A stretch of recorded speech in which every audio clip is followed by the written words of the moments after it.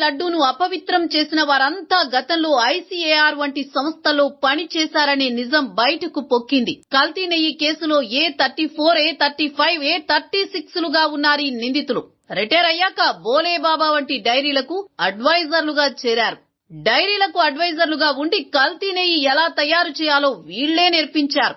నెయ్యిని బాగా వేడి చేస్తే DNA దొరకదని వీరికి తెలుసు. ఆ నాలెడ్జ్ తోనే PCR DNA పరీక్ష మాత్రమే చేయించేలా పావులు కదిపారు. గమ్మత్ ఏంటంటే కల్తీ నెయ్యి శాంపిళ్లను పరీక్షించడానికి సిట్ అదే ఐసీఏఆర్ ల్యాబ్ కు పంపింది. తాము గతంలో పనిచేసిన చోట ఉన్న పలుకుబడిని ఉపయోగించి నిందితులు అక్కడ దొంగ రిపోర్టులు తయారు చేయించారు. నిజం బయటపడకూడదని ప్లాన్ వేశారు. MT-DNA టెస్ట్ చేయిస్తే గుట్టు రట్టవుతుందని తెలిసి పనిగట్టుకుని కేవలం PCR DNA టెస్ట్ మాత్రమే చేయించి రిపోర్టులను మాస్క్ చేశారు. ఇలా సిబిఐ సిట్ దర్యాప్తును సైతం పక్కదారి పట్టించారు. కల్తీ నేర్పించినోళ్లే క్వాలిటీ రిపోర్టులు ఇప్పించడం ఇక్కడ అసలు సిసలు ట్విస్ట్. ఇప్పుడు అందరి బండారం బయటపడింది.